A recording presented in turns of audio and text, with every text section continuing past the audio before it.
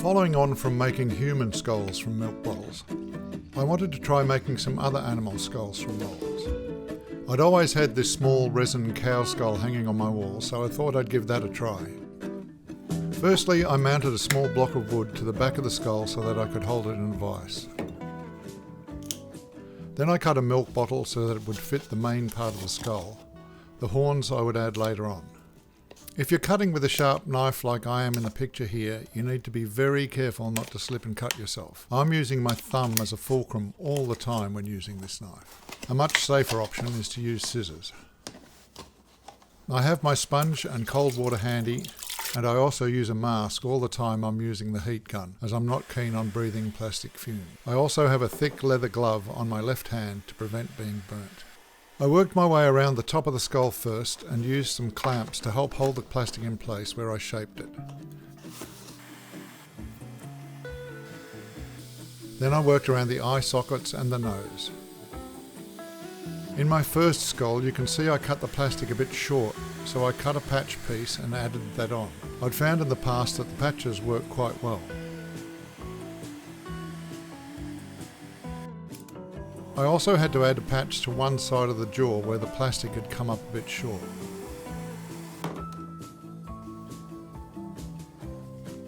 After a few seconds, the plastic is cool enough to remove from the mould. Using scissors, I trimmed off the excess bits of plastic and straightened up some of the rough edges. At that point, I had the head part of the skull completed. I used a similar tactic to do the horns, on each side, sometimes using a clamp to help.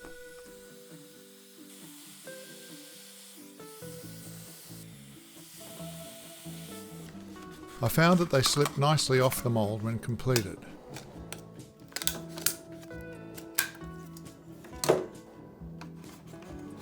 I checked to see there were no gaps between the horns and the head, and then I used the mould to index their position while I fused the two pieces together.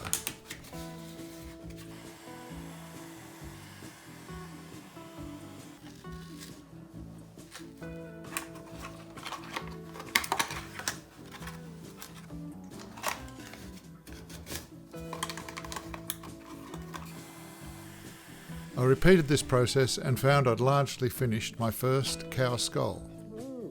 I've also found that you can fix up small tears and inconsistencies by remounting the skull and fusing them. The second skull was much easier, and I had some experience now, and I made sure it was long enough to cover the entire nose. I didn't have to patch this one. I took them outside to spray paint them. The interior was cream and then some black on the outside, making sure to get the eye and nose sockets solid black.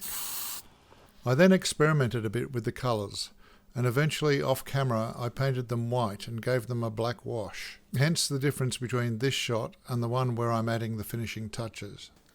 String is easy to thread if you melt a bit of wax on the end of the string.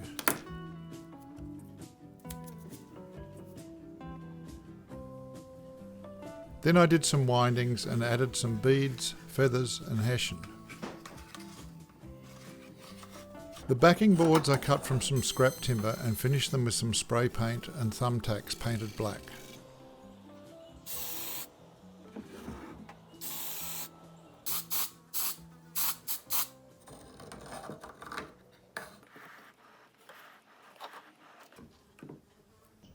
This was topped with a black wash, which helps give the surface an aged appearance.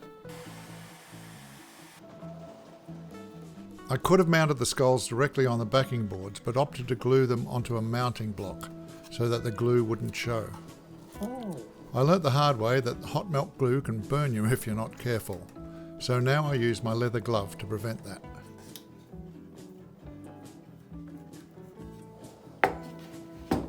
I've used the finished pieces on my shed and also on my pirate bar.